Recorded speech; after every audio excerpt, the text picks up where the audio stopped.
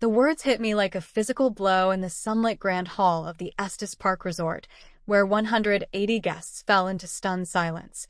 Only my biological daughter gets my true blessing for this marriage, my father, Michael Harrington, said coldly, his eyes fixed on me as I stood beside my sister Lauren in her wedding gown.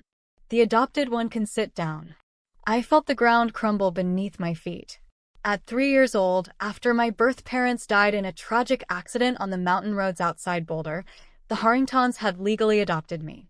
Michael had signed every document, giving me the same rights as any biological child under Colorado law, but his heart had always held back, treating me like a quiet guest in our own home in the foothills while pouring effortless pride into Lauren. The venue was pure magic, vases overflowing with Colorado wildflowers, towering windows framing snow-dusted Rockies, crystal chandeliers spilling golden light over linen tables.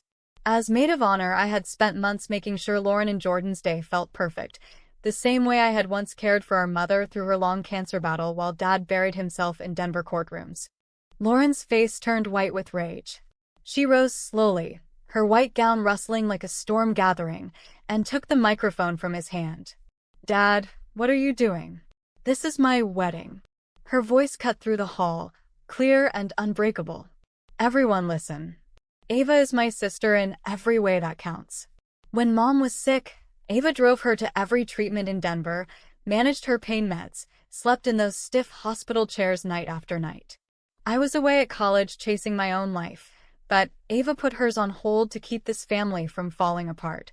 Mom told me before she passed that Ava's love, the way she embraced us completely after losing her own parents, gave her the strength to fight through the hardest years."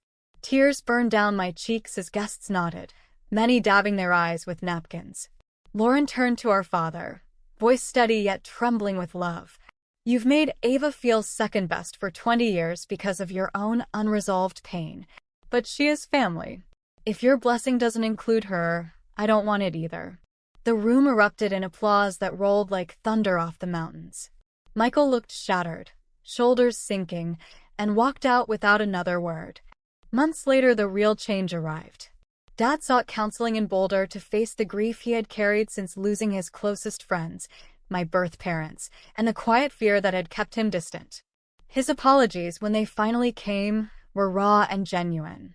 He acknowledged the legal finality of my adoption and the quiet harm his emotional wall had caused. At our niece's first birthday party in the same foothills home, he was there, holding the tiny girl gently. "Ava," he said quietly, voice thick, "I was wrong.